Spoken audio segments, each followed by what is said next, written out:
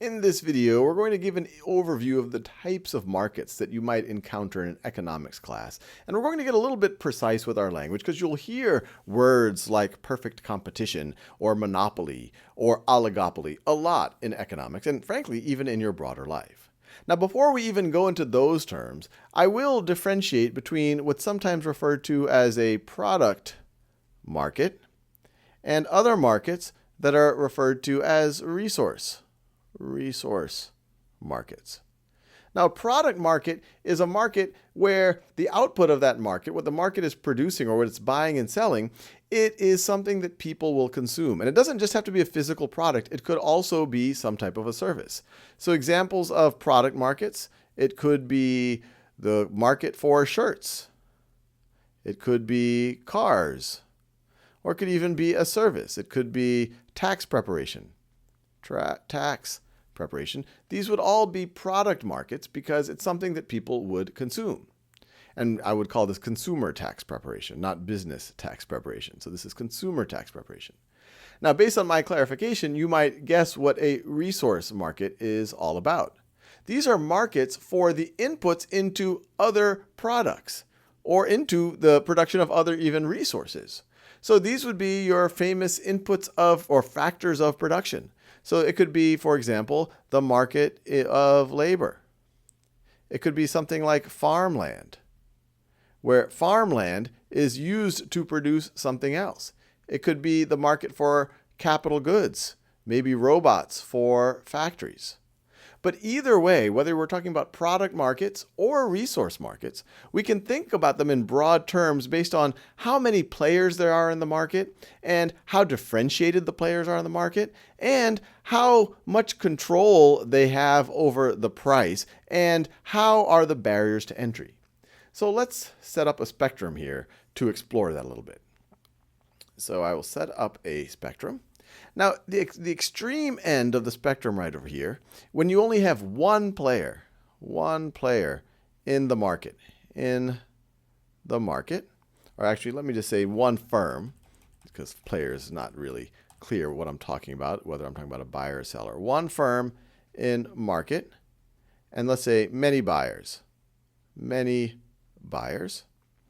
You are probably familiar with what we call this market or what we would call this firm. It has a monopoly. It has a monopoly named for a famous game. And because that whole point of that game is to try to be that last firm standing, the firm that owns all of the real estate. Now, what are the situations that would describe a monopoly? Well, a monopoly is a situation where you have very high, one could argue insurmountable barriers to entry. So very high barriers to entry.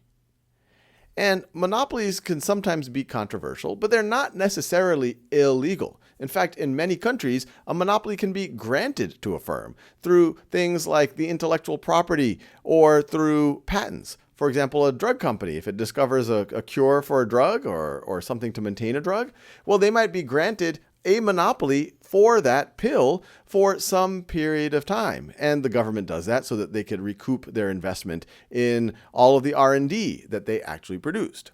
What often is illegal in a lot of countries is if a firm misuses its monopoly power. But anyway, now let's go to the other extreme. Let's imagine a situation where instead of high barriers to entry, there's no barriers to entry. And let's say that there's no differentiation. And you have many players. So many, or let me write many firms. I keep wanting to say players, but that doesn't make it that clear. And actually, let me say many firms and many buyers. Now, this is a state that we'll often study in our economics class. We'll call it perfect competition. And in a perfect competition world, the firms are essentially have to be price takers. They take whatever the market price is, and we've used that assumption in a lot of situations. In a monopoly, on the other side, they could be the price setters. They're the only player in that market. Now, in general, when anything is described as perfect, it's usually theoretical, and so is perfect competition. There's no markets that I can think of that are perfectly perfect, but I can think of ones that are close. For, say, some agricultural commodities. So say the sugar market. So the market for sugar might be pretty close to perfect competition. There could be many firms. Those would be the farmers, the suppliers. There would be many buyers, obviously, who want sugar. There would be some barriers to entry. You would need to know how to grow sugar. You would need suitable land for growing sugar. But there's a lot of farmers who might be able to swap out either sugarcane or beet, which is where most sugar comes from, with soybean or vice versa, so they can change which crops they plant. And generally speaking, there's not much differentiation whether you get sugar from one farmer or another. So sugar would be pretty close to perfect competition, and it is the case for a lot of agricultural commodities that they do have to be price takers. There is just a market price that the individual farmer is going to say, well, I want to charge a little bit more for that sugar, because they won't be able to. They're just going to have to take whatever the price is in the market. Now, as you can imagine, there's a lot of other types of markets that are in between these extremes. Closer to a monopoly, and similar to a monopoly in a lot of ways, is a situation where you have only a handful of firms, and that's referred to oligopoly. Oligopoly. And this is a situation where you still have high barriers. So high barriers to entry. You might have a handful of firms, so a few firms, and you still have many buyers. And examples of oligopolies, this could be things like the aircraft industry. Aircraft. Where there's huge barriers of entry. You need to deploy a lot of capital, billions of dollars. You might have to get government approval. And so that's why, especially for large aircraft, you only have a few firms that can produce, like Boeing or Airbus, those really large aircraft. Even in certain cases, automobiles, sometimes computer manufacturers, things that have very, very high barriers to entry. Now, if we go a little bit further to the left, you get a situation that's known as monopolistic competition.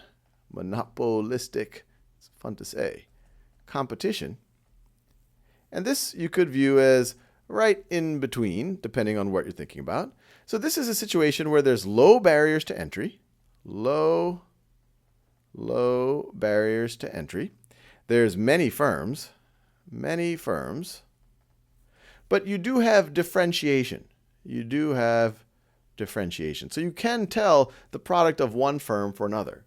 And I can think of many, in fact, most industries I can think of fall roughly in the monopolistic area, although there's, as we just mentioned, some oligopolies and monopolies. But examples of monopolistic competition I can imagine to be things like cereal, breakfast cereals.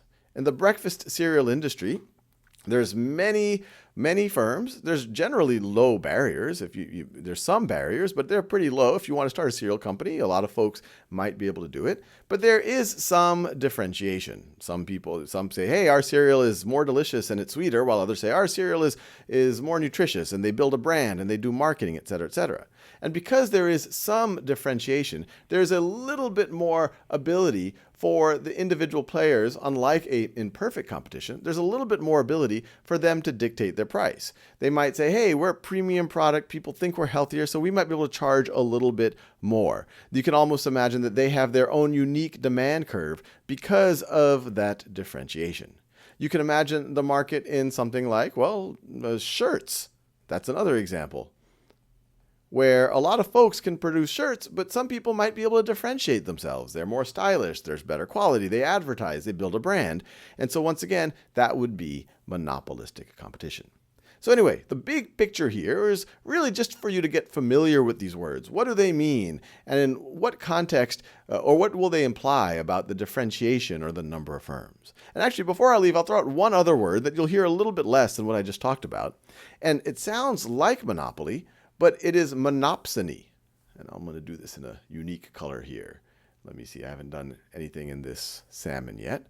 Monopsony, which you won't hear it as much as monopoly. And it's really the opposite situation. Instead of one supplier and many buyers, a monopsony is one big buyer and many suppliers. So, for example, if you have one big box store in a small town, and so they're the only employer in that town, they might have monopsony in the labor market, where they're the only people who can hire, and there's a lot of people who are looking for jobs. But we could talk more about that in other videos.